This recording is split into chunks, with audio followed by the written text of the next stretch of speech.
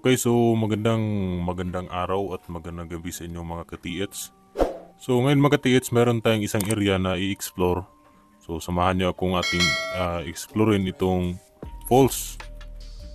So ito yung falls na sinasabing mayroon daw ibinaon na malaking deposito doon sa ilalim.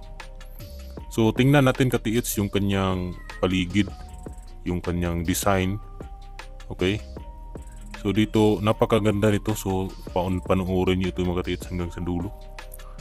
So dito, accordingly, kabisado na to na ka-TH noong una.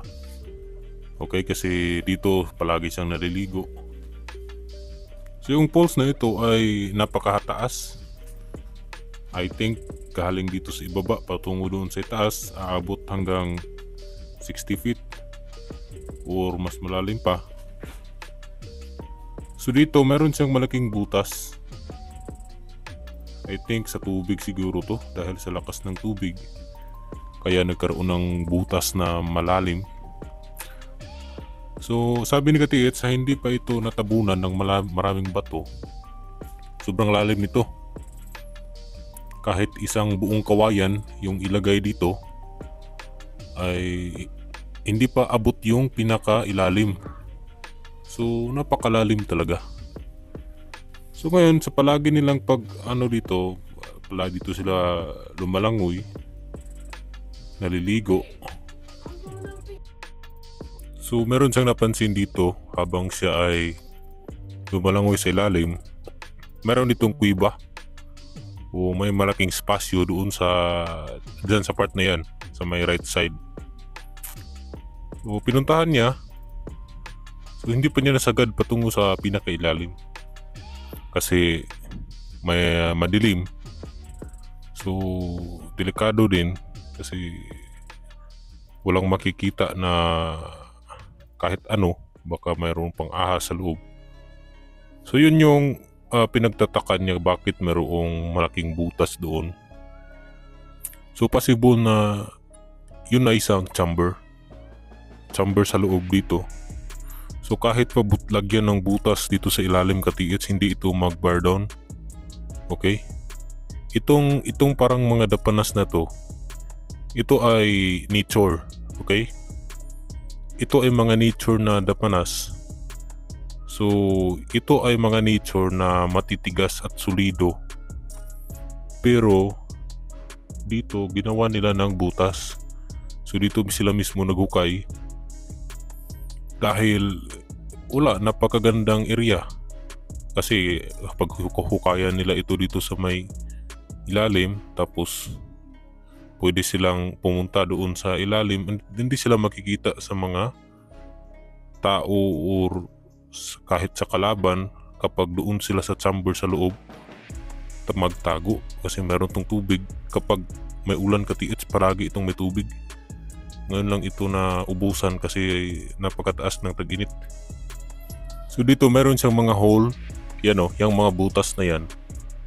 Accordingly, nung unang panahon pa yan, nandyan na yan. Tapos doon siya nakaharap sa may right side portion. Okay, kumbaga para siyang mata na nakatingin. Dalawa yan ka-TH. Dalawa. Doon siya nakatingin sa may right side na portion. So malalim yung butas na yan. Hindi yan sinadya kasi mayroon niyang tubig tapos malalim. Tapos ngayon binaha ng malakas na tabunan yung itong butas. So ganito na yung kanyang mukha. Pero accordingly sa nakakita dito nung unang panahon, nandyan na talaga yung butas na yan. Doon nakaharap sa right side portion, which is doon yung nakita niya na mayroong chamber sa loob na malaki. Okay? Parang mas yung malaking spasyo sa loob. Tapos doon sa lumangoy. So napakaganda ka-TH, Kasi dito sinubukan naming tingnan, napakasulido. Hindi talaga siya basta-basta mag-bar down kapag maglagay ng chamber sa loob.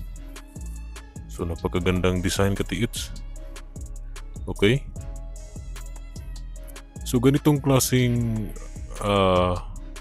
mga formation ng mga creek, masasabi natin na meron talaga yung mga nakabaong treasure, o sabihin nating ginawang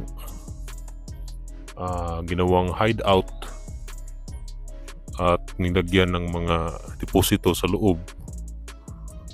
Kasi ang mga Hapon, mga ka-TH, naghahanap sila ng isang area na kung saan malayo sa syudad or city. Kasi noong kasagsagan ng gera, noong malapit na silang matalo, diba yung ginawa nila, pumunta sila sa kabundukan. So yun yung nagiging last hideout nila. Okay? Doon sa may bundok. Okay, dito sa mga ganito, may mga bundok. Ito yung last hideout nila na naghahanap sila ng mga magandang area na pwede nilang gawing hideout. So ito yung perfect spot. Okay? So dito ay napakataas. So yung dito ka-TH, itong creek na ito ay nandito ito sa pinaka bundok. Okay? So accordingly, may mga area na nagstay sila ng ilang taon, ilang buwan. Okay, kapag magstay ng ilang buwan, pwede sila makapagtrabaho ng maigi. Kung kaya yung ibang mga treasure na located sa mga bundok ay sobrang lalim at sobrang pulido ng mga kabir at ng kanilang pagkabaon.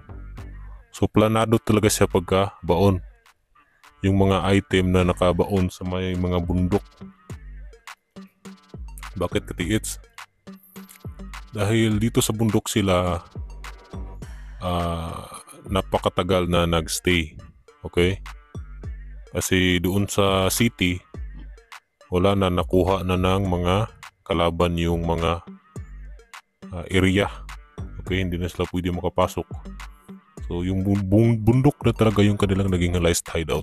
Kung kaya yung mga item na nakabaon sa city ay hindi talaga yan mababaw, ay hindi talaga yan malalim. Nagre-range na yun around 5 to 6 meters. May ilan, may 6 feet. Kasi pangmadalian kasi yung kanilang pagbaon yan. Hindi sila preparado. O yung tinatawag natin na unprepared burial deposit. Okay? Basta maitago lang nila yung kanilang kayamanan, ay wala na, itatago lang nila. Pero yung mga prepared burial deposit, asahan talaga na aabot yan sa bedrock. Okay, bedrock na talaga yung item na kabaon. Lalo na kapag mga big deposit, mga bunker. Actually, meron ngang mapa na nagsasabi na ang lalim ng isang bunker o yung naglalaman ng toneladang ginto ay nagre-range yan around 50 meters above. Okay, ilan ba yan sa feet? Diba napakalalim?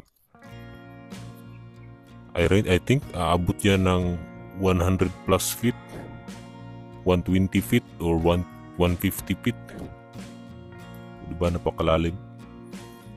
Maganda kasi magbaon sa bedrock, ka-TH, hindi yan gagalaw. Steady na yung lupa doon sa ibaba. Kahit magkaroon ng lindol, hindi yan gagalaw. Kasi ibaba pa yan, mas ibaba pa yan sa tubig. Lupa, tubig, tapos bedrock. Okay? So, yun lang mga ka-TH. Meron pa tayong isang area na napakaganda na ibabahagi sa inyo. Okay? So, mag-subscribe lang kayo sa ating YouTube channel. So, meron din tayong Facebook page. Doon pwede kayo mag-send ng mga sign. Nandito lang sa description yung link. Okay? So, ganun lang.